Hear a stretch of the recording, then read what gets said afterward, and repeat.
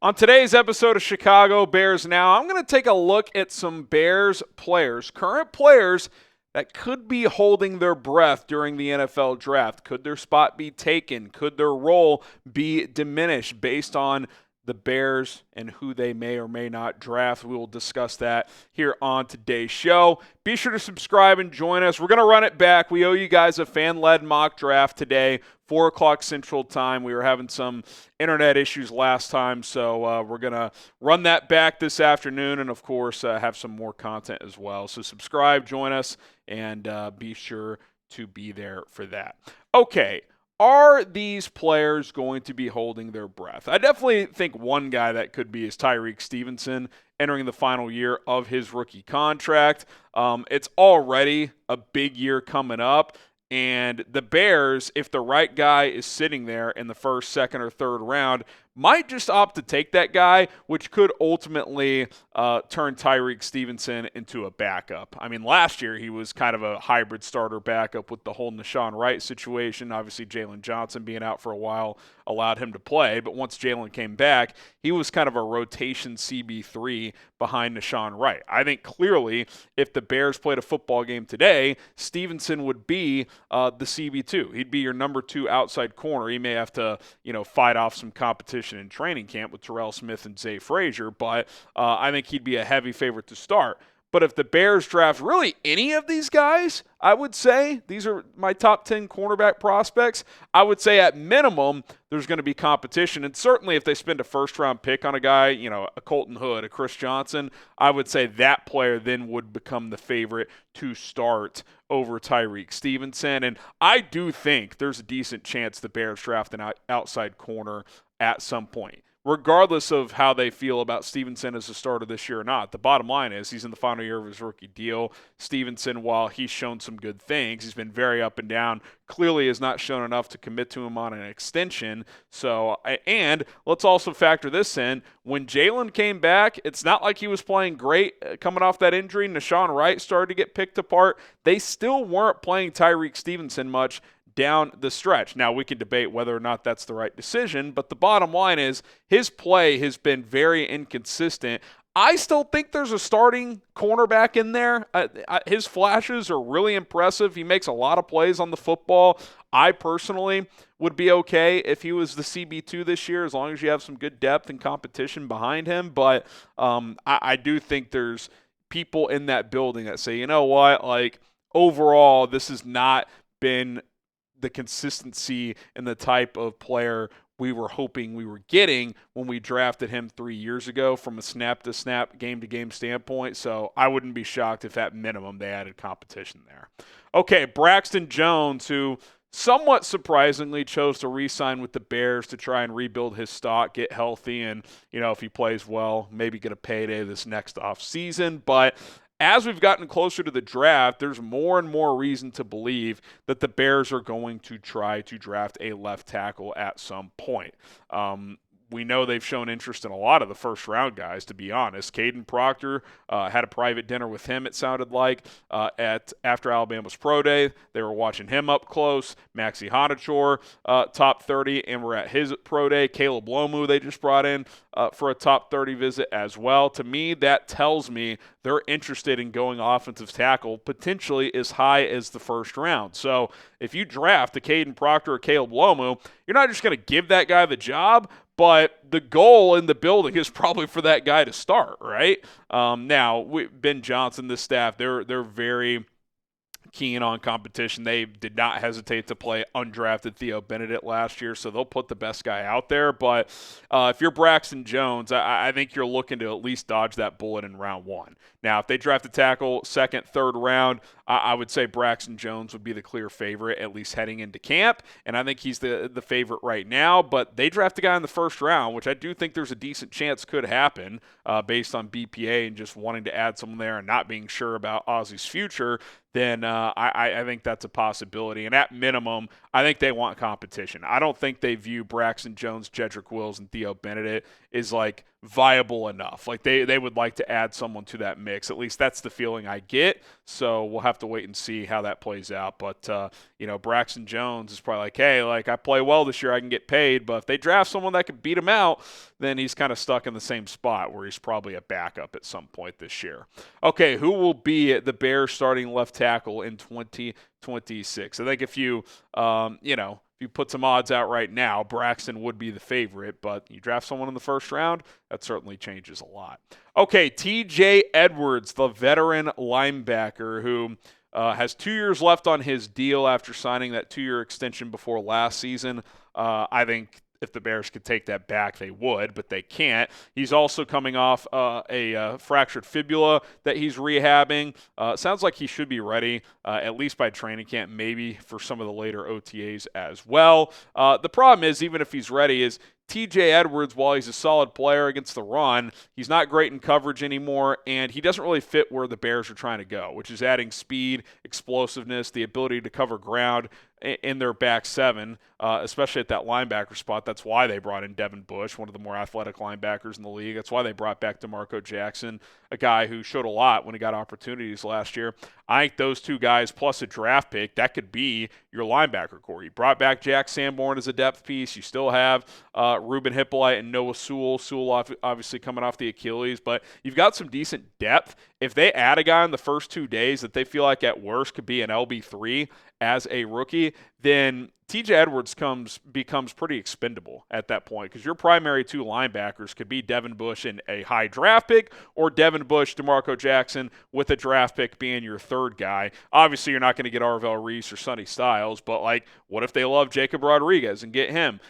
They met with Anthony Hill at the Combine. Jake Golday is an interesting player that covers a lot of ground. Kyle Lewis is a really athletic kind of safety linebacker hybrid that they could use. Josiah Trotter's more of a downhill linebacker. I don't know if he makes the most sense, but Keyshawn Elliott tested pretty well. Caleb Armzor tested really well. Could be an LB3. Bryce Betcher could hold down that Sam linebacker role. I think, especially if they take Rodriguez, Hill, Golday, Lewis, one of those guys, I think Edwards, pretty decent chance he gets moved. Like whether they trade him, cut him, if they bring this guy in here, whoever it is in the draft in the first 2 days, and they feel like he can contribute right away, do you really need TJ Edwards? If you trade him, you save $6 million. Now, if you cut him, it's basically a wash. You don't really save anything, so they probably wouldn't cut him, but there's always teams that would take a player like this, for a pick swap or something like that. So I do think that could be a possibility. All right, get yourself a Bear Claw Selly shirt, chatsports.com/LB10. They're available in black and navy. Click and shop today. Pick them up right now, chatsports.com/LB10. Go ahead and check them all out in our shop. All of our other gear there as well, chatsports.com/LB10. All right, couple more. Don't freak out on me. Let me explain. Cole Kmet. And I've been on the train all offseason that Cole Kmet's going to be here. I think there's a decent chance he gets extended and could be here long term. I want him to be here. The Bears want him here. But he hasn't been extended yet. And is there a reason for that? And is the reason that could there be a deja vu moment? And what I mean by that was the second Luther Burden got drafted by the Bears last year, DJ Moore became a potential casualty on this roster. And what I mean by that is, depending on how last year played out, depending on how far Burden came along, depending on how big or not so big Moore's impact was going to be on the team based on his contract, they could move DJ Moore the following offseason once they drafted Burden, and that's exactly what happened. Well, what if the Bears take a tight end early? They say they're BPA. I doubt he'll be there at 25, but what if they take Kenyon Sadiq? I think Cole Kmet would be here this year. Would he be here long term? Are they going to have Kenyon Sadiq, Colston Loveland, and Cole Kmet on the same roster? Probably not. I think they would for this season. But what I mean is if they take someone early, Kmet's long-term runway in Chicago probably runs out. Now, I think a more likely scenario is like day 3 pick, bring in a blocking tight end to be that tight end 3. Then after the draft, you extend Kmet, keep him for the foreseeable future. I think that's more likely, but no one thought Luther Burden would be sitting there in the second round. Maybe Kenyon Sadiq is there at 25, and maybe he is their best player available, and maybe they draft him because they're they're true to what their strategy is. So, again, I think it's a relative long shot, but we would have said the same thing last year, and that's how it ended up playing out. Okay, DeAndre Swift. I think most of us think this is probably Swift's last year in Chicago anyway, but could his role this year change? I think for now, he is the RB1 with Monangai as the 2, and, it's very similar to last year. That's kind of your 1-2 punch where Swift's your lead back, but it's more of a ride the hot hand situation. Both guys will get a lot of opportunities, and for most of the year, it was pretty effective. It started a little slow. It finished a little slow, but for a good chunk of the season, this running back duo was very effective. But no one is confusing DeAndre Swift or Kyle Monangai with Saquon Barkley, with Christian McCaffrey, with Bijan Robinson, with Jahmyr Gibbs. Nice players that fit the scheme well, but these are not players that are irreplaceable, right? What if the Bears draft a guy in the first 3 rounds that they feel can play and carry a decent load right away? You're not going to get Jeremiah Love. We know that. But what about Jadarian Price? I did a BPA mock draft over the weekend in the second round. Most of you guys seem to like that. If he's there at 57, would the Bears take him? What if they really like Mike Washington Jr.? He's explosive and physical as hell. I think in a Ben Johnson system, he would have a big chance of success in the NFL. I look at the guys after the top 3 like, okay, you could draft them, but I don't think that would necessarily change Swift's role this year. It probably just means, hey, Jonah Coleman, you'll have a small role as a rookie, and then next year you're in a 1-2 punch, something like that, if they were to go down that path. But I do think if they took Jadarian Price or Mike Washington Jr., that could change things for DeAndre Swift. I'm not saying they would look to pivot off of him right away, but would they consider trading him? Could his role be diminished potentially? Could one of those guys beat out Kyle Monangai and he's the odd man out this year? I think they want Monangai part of the pairing and he's under contract for 3 more years, so I don't really think that scenario is that likely. Swift is clearly the guy to watch because most people would guess he's more likely than not going to be on this team in 2027 anyway. So if they drafted someone that they think could at least give you close to the same production, what if some team's like, hey, we'll give you a 5th-round pick for DeAndre Swift? Well, that comes kind of appealing at that point, considering he's a guy you're probably going to let go anyway. Okay, which players should be most nervous during the draft? Who's someone on this team you're like, better watch out. If we draft somebody, that guy could be in trouble. Let me know who that is. Those were 5 that stood out to me. Here are 5 others just to, kind of rapid fire. Ruben Hippolyte, like if they draft a middle round linebacker, like could his spot on the 53 already be in jeopardy? I think he's going to have to show signs of improvement.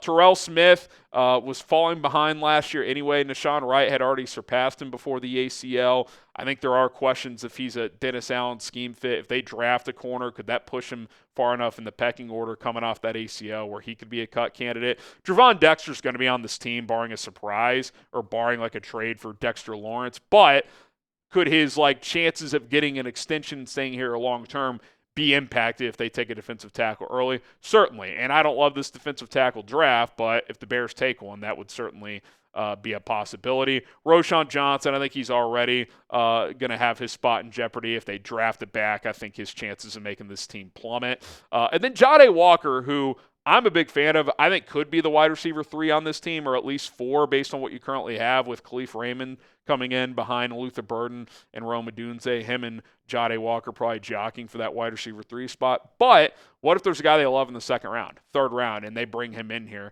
Still, Jahdae could win that job, but there's also a world where he could be wide receiver 5, which is essentially what he ended up being by the end of last year. So a lot of, curveballs that could come into play depending on what happens in the draft. So definitely excited to see it all play out. We, of course, will have it all covered here on Chicago Bears Now, so hit that subscribe button. Be sure to join us live this afternoon, 4 o'clock Central Time, for Bears Now Live. Fan-led mock draft. We'll do it again today after. Had some issues last time, so stay tuned. Join us then. Bear down.